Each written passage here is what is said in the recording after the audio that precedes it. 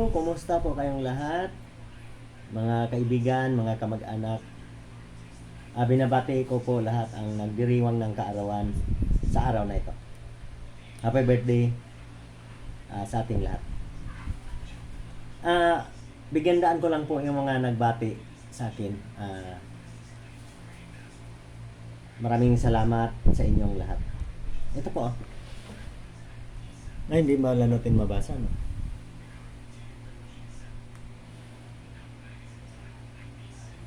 Hindi mabasa eh.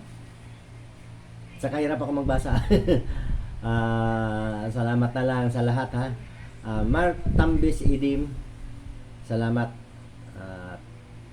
Si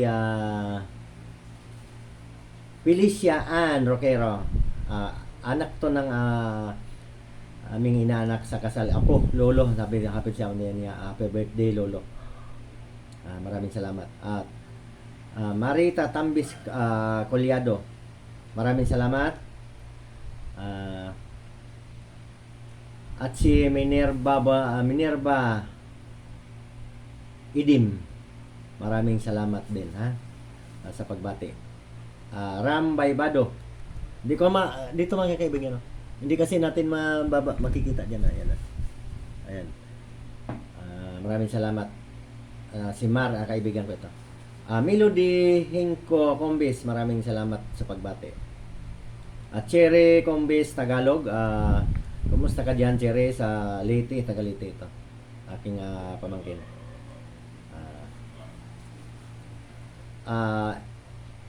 Agnes Florida, maraming salamat sa pagbati. Sisa Junior Relator, salamat din.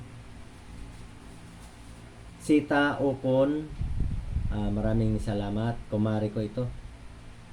Dennis Combis, siguro ito yung pinsan ko diyan sa Cebu. Maraming salamat din. Johnny Combis, pinsan ko rin to. Maraming salamat sa pagbati. Senior Citizen Task Force, maraming salamat din. Dayan Velarde Cross, maraming salamat. Kapitbahay ko lang to. At si Luida Combis, ang aking pinsan, maraming salamat din sa pagbati. Rick Combis, maraming salamat sa pagbati.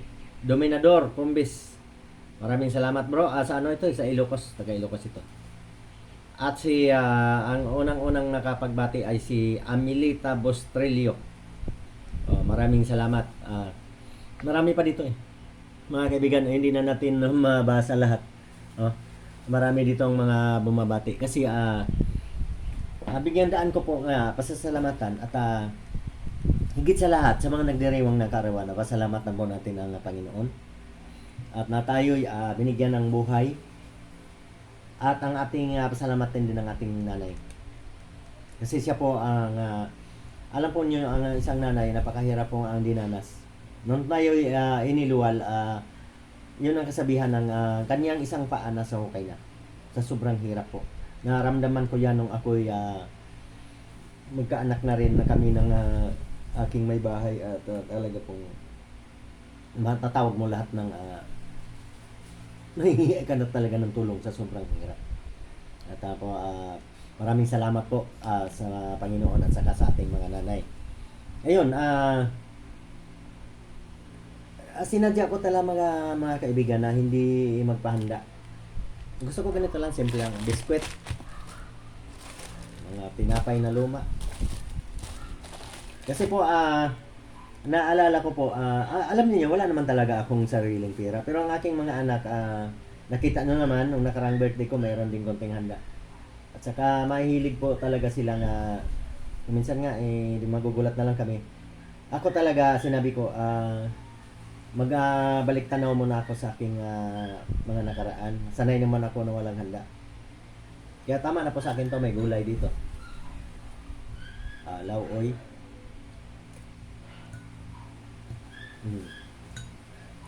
Ito, bukas ng umaga. Sasabawan. Saka ito. Toasted bread. Naalala ko kasi mga kaibigan, nung ako naging palaboy ako dati, tuwan-tuwa na po ako pag may mga tira-tirang tinapay. Naging palaboy po ako, di po ako nagsinungaling sa inyo. Subaybayan yung aking mga kwento ko sa aking YouTube channel. Hmm.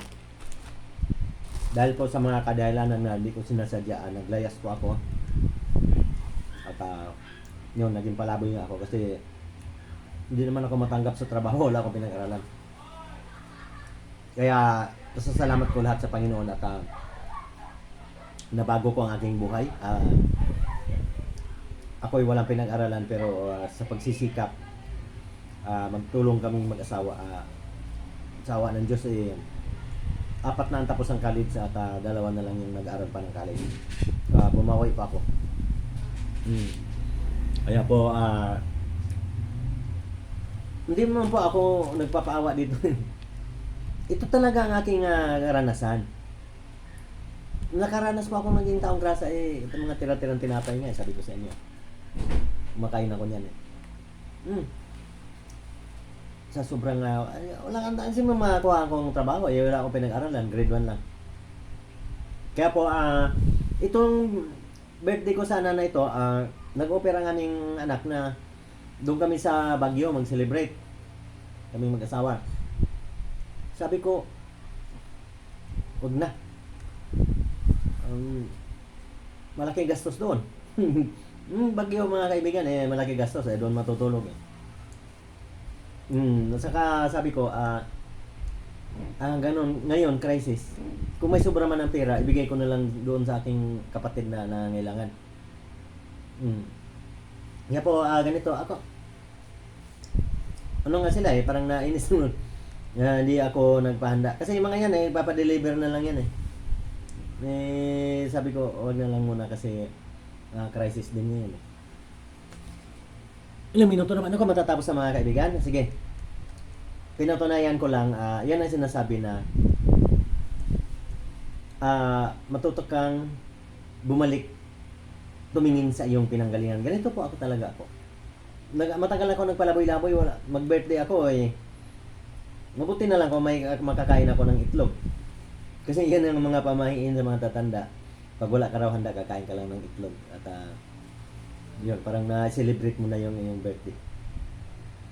Sige, maraming salamat na lang sa lahat ng taga-suporta at ingat po tayong lahat.